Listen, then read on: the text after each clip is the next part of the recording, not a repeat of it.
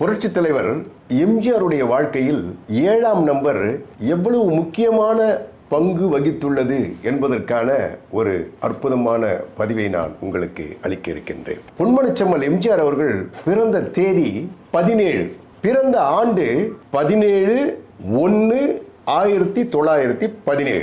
திரையுலகில் கதாநாயகனாக அறிமுகமான ஆண்டு 1947.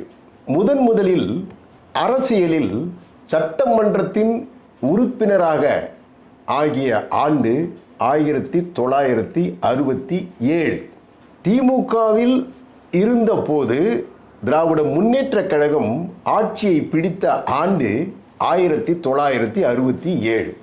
அண்ணா திராவிட முன்னேற்றக் கழகத்தை தொடங்கிய நாள் 17. மக்கள் தீர்ப்பே மகேசன் தீர்ப்பு என்று முழங்கிய நமது பொன்மனச்செம்மல் எம்ஜிஆர் அவர்கள் தமிழகத்தினுடைய முதல்வரானது 1977.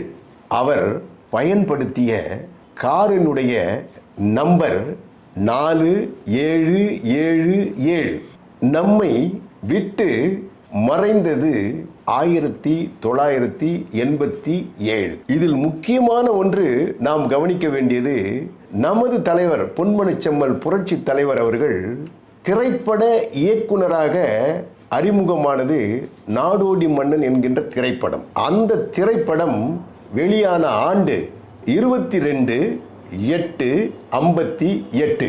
இவற்றை கூட்டினால் ஒவ்வொன்றும் 7777 என்று வரும். இதிலிருந்து 7ஆம் நம்பரும் புரட்சி தலைவரும் எப்படி இரண்டர கலந்திருக்கிறார்கள் என்பது நமக்கு புரியும்.